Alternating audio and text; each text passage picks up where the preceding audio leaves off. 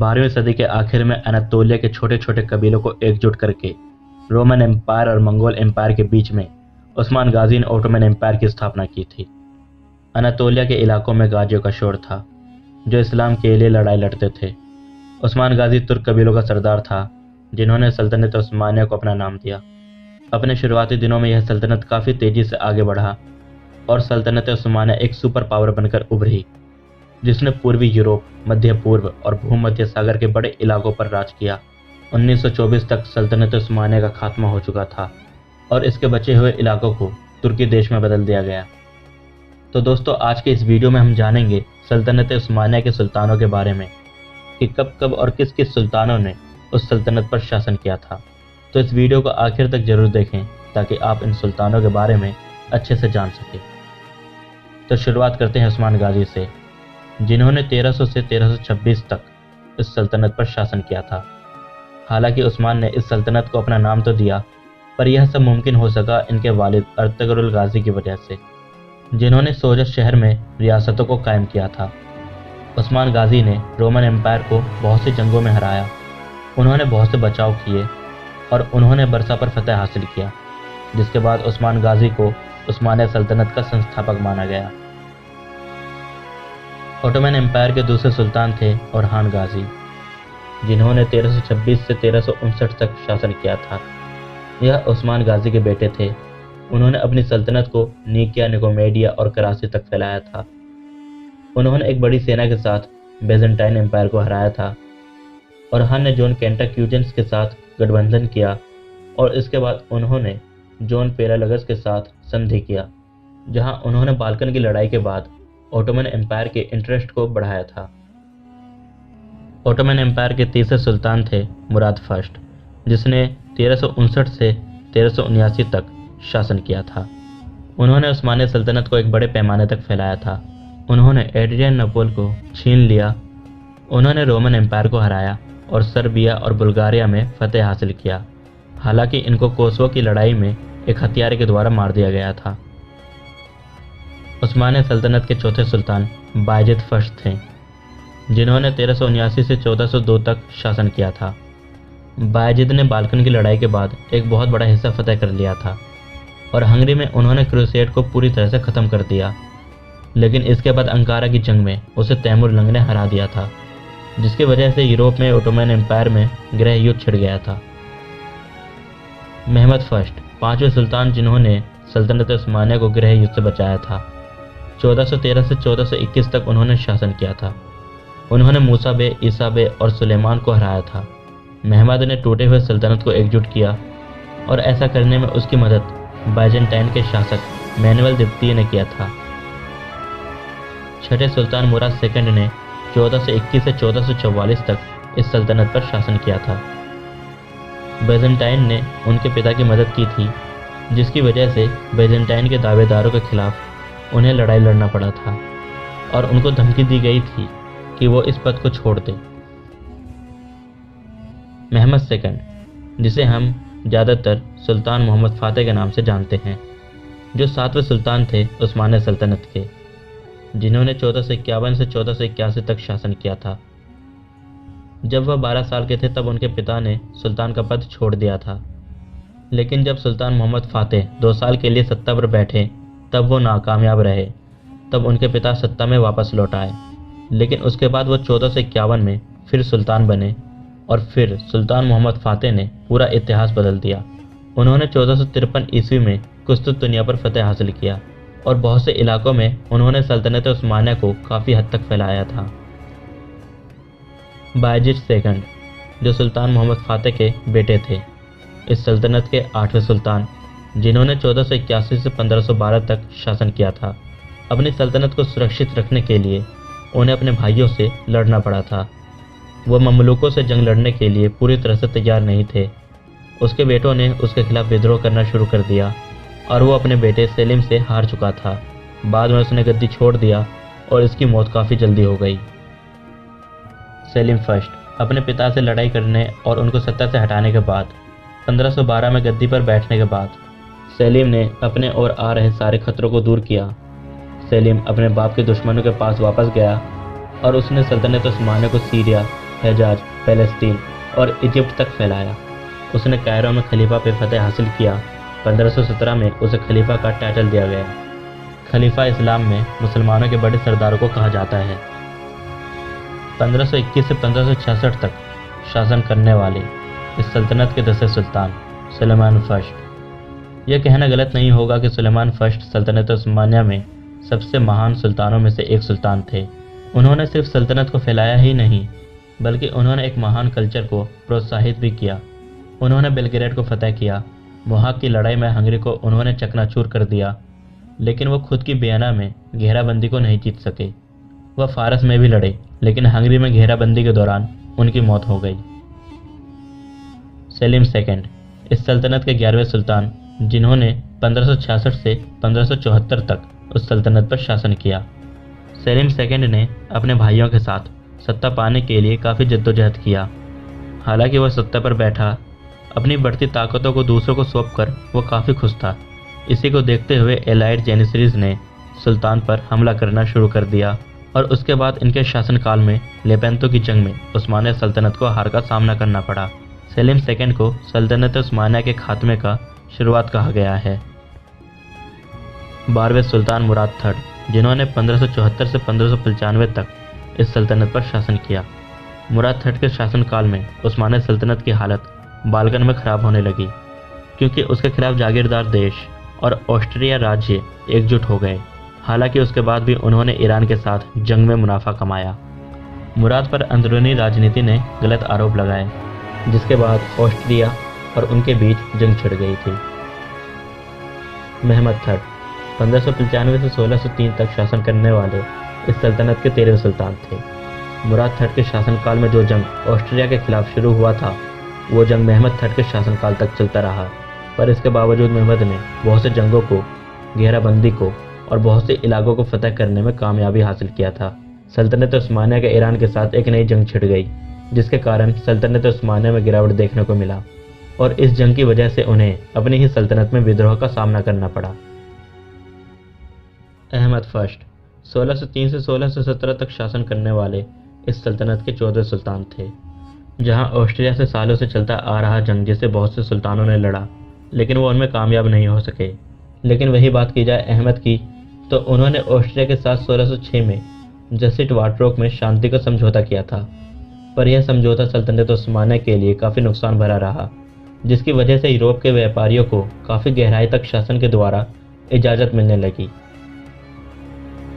15वें सुल्तान Mustafa first, जिसने 1617 से 1618 और 1622 से 1623 तक सिर्फ एक साल के लिए शासन किया था, जो कि एक काफ़ी कमज़ोर सुल्तान था, जिसने बहुत जद्दोजहद किया था सत्ता पाने के लिए। जैसे ही उसने सत्ता पाया, उसे तुरंत ही हटा दिया गया, लेकिन वह 1622 में वापस लौट आया। 16वें सुल्तान उस्मान सेकंड, जिसने 1618 से 1622 तक शासन किया था, जो कि लगभग 14 साल की उम्र में गद्दी पर बैठा था। उन्होंने बाल्कन के राज्यों में पोलैंड के हस्तक्षेप को रोकने की ठानी थी। इस अभियान के दौरान उस्मान को जेनिसरी सेना से हार का सामना करना पड़ा।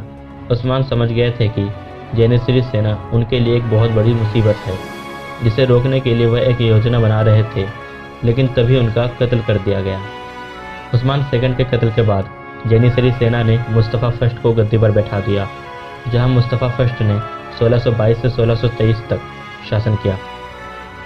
लेकिन मुस्तफ़ा फर्स्ट के 1 साल के शासन के बाद उस्मानिया सल्तनत पर मुराद फोर्थ 11 साल की उम्र में गद्दी पर बैठा था, जिसने 1623 से 1640 तक शासन किया। मुराद फोर्थ से पहले उसकी मां शासन किया करती थी। जब मुराद फोर्थ बड़ा हुआ, तब उसने अपनी सल्तनत को ताकतवर बनाया और उसने ईरान से बगदाद पर फिर से फतेह हासिल किया। इब्राहिम, जो इस सल्तनत के 18वें सुल्तान थे, जिसने 1640 से 1648 तक शासन किया था, उसके शासनकाल में उसे एक सलाहकार ने सलाह दिया था कि वह ईरान और ऑस्ट्रिया के साथ शांति बनाए। जब दूसरे सलाहकारों का कंट्रोल था, तब इब्राहिम वेनिस के साथ जंग में शामिल हो गया। उसने सनकीपन का प्रदर्शन किया और टैक्सेस को बढ़ाया। बाद में उसे बेनकाब कर दिया गया और जेनिसरीज के जरिए उसका कत्ल कर दिया गया। तो अब बात करते हैं 19वें सुल्तान महमद फोर्थ की, जो कि 6 साल की उम्र में गद्दी पर बैठा था। जिसने 1648 से 1687 तक शासन किया।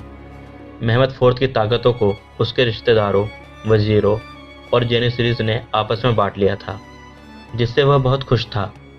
उसने शिकार करने को बढ़ावा दिया। उसके बाद उसके वजीरों ने वियना के साथ जंग छेड़ दिया, जिसे वो रोकने में नाकाम रहा, जिसके बाद उसे गद्दी पर से हटा दिया गया। सुलेमान सेकंड, ओटोमन एम्पायर के 20वें सुल्तान, जिन्होंने 1687 से 1691 तक शासन किया था। सुलेमान सेकंड को सुल्तान बनने से पहले 46 साल के लिए कैद कर लिया गया, जब तक वहां के आर्मी ने उसके भाई को सल्तनत से निकाल न दिया तब तक, जिसके बाद वो अपने पूर्व अधिकारियों के हार को रोक नहीं सका। जिसके बाद उसने अपने ग्रैंड वजीर फर्जिन मुस्तफ़ा पाशा को वहां का कंट्रोल दिया, जिसने पूरे हालत को ही बदल कर रख दिया। अहमद सेकंड, 21वें सुल्तान, जिसने 1691 से 1695 तक शासन किया। अहमद सेकंड काफ़ी कमज़ोर सुल्तान था, जिसने सुलेमान सेकंड से विरासत में मिले ग्रैंड वजीर को खो दिया था, जिसकी वजह से उस्मानी सल्तनत अपनी बहुत सी ज़मीन को खो चुकी थी। वेनिस ने उन पर हमला किया और सीरिया और इराक में खलबली सी मच गई। अहमद सेकंड एक नाकाम सुल्तान रहे। 22वें सुल्तान मुस्तफ़ा सेकंड, जिसने 1695 से 1703 तक शासन किया। उसने शुरुआत में यूरोपियन होली लीग के खिलाफ जंग जीतने में कामयाबी हासिल की, लेकिन जब रूस ने अजोब को छीन लिया तो वहां के हालात पूरी तरह से बदल गई और मुस्तफ़ा को रूस और ऑस्ट्रिया के साथ समझौता करना पड़ा। जब मुस्तफ़ा दुनियादारी से दूर शिकार पर फोकस करने लगे, तब उसे तख्त पर से हटा दिया गया। 23वें सुल्तान अहमद थर्ड, जिसने 1603 से 1630 तक शासन किया। उसने स्वीडन के चार्ल्स 12 को अपने यहाँ पनाह दिया था, क्योंकि उसने रूस के साथ लड़ाई लड़ने में उसकी मदद की थी। लेकिन उसके बाद अहमद ने उन्हें उस्मानी सल्तनत के इलाके से बाहर निकालने के लिए लड़ाई लड़ी। बाद में अहमद रूस के साथ ईरान के बंटवारे में शामिल हो गया। 24वें सुल्तान महमूद फर्स्ट, जिसने 1730 से 1754 तक शासन किया था। अपनी गद्दी की हिफाजत के लिए उसने बहुत से विद्रोहियों का सामना किया, जिसमें जेनिसरीज भी शामिल थे। महमूद ऑस्ट्रिया और रूस के साथ मिलकर जवार का रुख मोड़ने में कामयाब रहा। उसने 1639 में बेलग्रेड की संधि पर दस्तखत किए, लेकिन वह ईरान के साथ ऐसा नहीं कर सका। 25वें सुल्तान उस्मान थर्ड, जिसने 1754 से 1757 तक शासन किया था। जब उस्मान के पिता मुस्तफ़ा सेकंड को गद्दी पर से हटा दिया गया था 1703 में, तब उस्मान को इस्तांबुल के कैप्स में 51 साल के लिए कैद कर लिया गया था, लेकिन आगे चलकर उस्मान उस्मानी सल्तनत के सुल्तान बने। 26वें सुल्तान मुस्तफ़ा थर्ड, जिसने 1757 से 1774 तक शासन किया था। मुस्तफ़ा यह बात जानता था कि उसकी सल्तनत का खात्मा हो रहा है। वह इसको सुधारने के लिए काफ़ी जद्दोजहद कर रहे थे। उसने मिलिट्री को काफ़ी मजबूत किया और बेलग्रेड की संधि को बरकरार रखा, लेकिन वो रूसों और तुर्कों की दुश्मनी को रोक नहीं सके, जिसकी वजह से एक भयानक युद्ध शुरू हो गया। 27वें सुल्तान अब्दुल हामिद फर्स्ट, जिसने 1774 से 1779 तक शासन किया था। उसके भाई मुस्तफ़ा थर्ड की वजह से जो जंग शुरू हुई थी, उसे रोकने के लिए अब्दुल हामिद को एक शर्मनाक शांति भरा समझौता रूस के साथ करना पड़ा, लेकिन उसके बाद भी उन्हें जंग में जाना पड़ा। अब्दुल हामिद कोशिश करते रहे अपनी सल्तनत को मजबूत और ताकतवर बनाने में। 28वें सुल्तान सेलिम थर्ड, जिसने 1779 से 1807 तक शासन किया था। उसने रूस और ऑस्ट्रिया के साथ शांति समझौता खत्म कर दिया। सेलिम ने एक सुधार कार्यक्रम शुरू किया। उसने ओटोमन्स को पश्चिम में लाने की कोशिश की, लेकिन उसे हार का सामना करना पड़ा। आगे चलकर सलीम को गद्दी पर से हटा दिया गया और उसका कत्ल कर दिया गया। 29वें सुल्तान मुस्तफ़ा फोर्थ, जिसने अपने चचेरे भाई सलीम थर्ड को कत्ल करने का हुक्म दिया था। उसने 1807 से 1808 तक लगभग 1 साल तक ही शासन किया। वो जब गद्दी पर बैठा, तब उसने जल्द ही अपनी ताकतों को खो दिया। बाद में उसके भाई के हुक्म पर उसको कत्ल कर दिया गया। 30वें सुल्तान महमूद सेकंड, जिसने 1808 से 1839 तक शासन किया था। मुस्तफ़ा फोर्थ के कत्ल के बाद महमूद सेकंड गद्दी पर बैठा। जब वह गद्दी पर बैठे थे, तब उन्हें बहुत सी मुसीबतों का सामना करना पड़ा। महमूद के शासनकाल में सल्तनत की हालत कहीं न कहीं पहले से बेहतर थी। महमूद ने उस्मानी सल्तनत को बेहतर बनाने के लिए बहुत से बदलाव किए, जैसे जेनिसरीज को ख़त्म करना, सेना का फिर से निर्माण करने के लिए जर्मन एक्सपर्ट्स को लाना और नए सरकारी अधिकारियों को लाना। मिलिट्री सेना के नुकसान के बावजूद भी उसने बहुत सी कामयाबी हासिल किया था। 31वें सुल्तान अब्दुल मेजिद फर्स्ट, जिसने 1839 से 1861 तक शासन किया था। अपनी सल्तनत को ताकतवर बनाने के लिए अब्दुल मेजिद ने यूरोप के अजीम ताकतों को अपनी तरफ रखने के लिए काम किया। उन्होंने क्रीमिया का जंग जीतने में उनकी मदद की, लेकिन इसके बावजूद भी वो उस्मानिया सल्तनत के कुछ इलाकों को खो चुका था। 32वें सुल्तान अब्दुल अजीज, जिसने 1861 से 1876 तक शासन किया था। उसने रूस के साथ दोस्ती की, जिसकी वजह से वो कर्ज में आ गया। कर्ज को ख़त्म करने के लिए उसने बहुत बड़ी रकम को खर्च किया, जिसके बाद उसे गद्दी पर से हटा दिया गया। 33वें सुल्तान मुराद फिफ्थ, जिसने 1876 तक महज कम वक्त के लिए ही शासन किया था, जिसे विद्रोहियों द्वारा गद्दी पर बिठाया गया था। वो विद्रोही जिसने उसके चाचा को गद्दी पर से हटाया था। मुराद को दिमागी हालत की वजह से रिटायर होना पड़ा। उसको वापस लाने के लिए विद्रोहियों ने बहुत से नाकाम कोशिशें की। 34वें सुल्तान अब्दुल हामिद सेकंड, जिसने 1876 से 1909 तक शासन किया था। 1876 में पहले ओटोमन संविधान के साथ विदेशी दस्तखत को रोकने की कोशिश करने के बाद उन्होंने फैसला किया कि पश्चिम उनका जवाब नहीं है, बल्कि वो उनका ज़मीन चाहते हैं। इसके बजाय उन्होंने संसद और संविधान को पूरी तरह से ख़त्म कर दिया और 40 सालों तक शासन किया। 1908 में यंग तुर्क बगावत और एक तरफ के बगावत की वजह से उन्हें गद्दी पर से हटा दिया गया।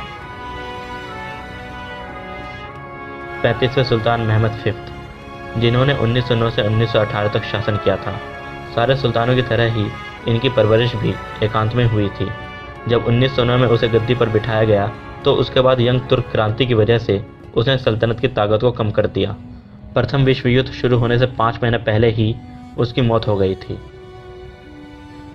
अब आते हैं इस सल्तनत के आखिरी और 36वें सुल्तान, जो महमद सिक्स थे, जिन्होंने 1918 से 1922 तक शासन किया था। महमद ने काफ़ी मुश्किल भरे समय में गद्दी को संभाला था।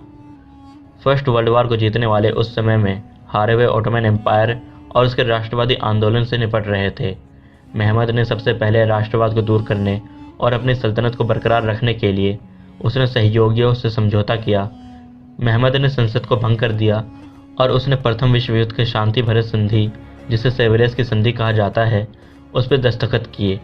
जल्दी ओटोमन्स को तुर्की में बदल दिया गया और राष्ट्रवादियों ने सल्तनत को ख़त्म कर दिया और महमद को भागने पर मजबूर कर दिया गया। लेकिन इसके बाद 1922 में नई सरकार ने उसके चचेरे भाई अब्दुल मेजिद सेकंड को खलीफा चुना। उसके पास कोई राजनीतिक ताकत नहीं थी, क्योंकि उस वक्त तक सल्तनत का अंत हो गया था, जिसके बाद 1924 में वो देश छोड़कर चला गया। भले से सल्तनत उस्मानिया का 1924 में अंत हो गया, पर इसके बावजूद भी सल्तनत उस्मानिया इतिहास की सबसे बड़ी और सबसे ताकतवर सल्तनत रही, जिसने 600 सालों तक शासन किया था। और इसी के साथ अगर आपको यह वीडियो पसंद आया हो तो इस वीडियो को लाइक ज़रूर करें और साथ ही साथ मेरे चैनल को भी सब्सक्राइब करें, क्योंकि हम ऐसी ही वीडियोस लाते रहते हैं। तो मिलते हैं आपसे अगली वीडियो में।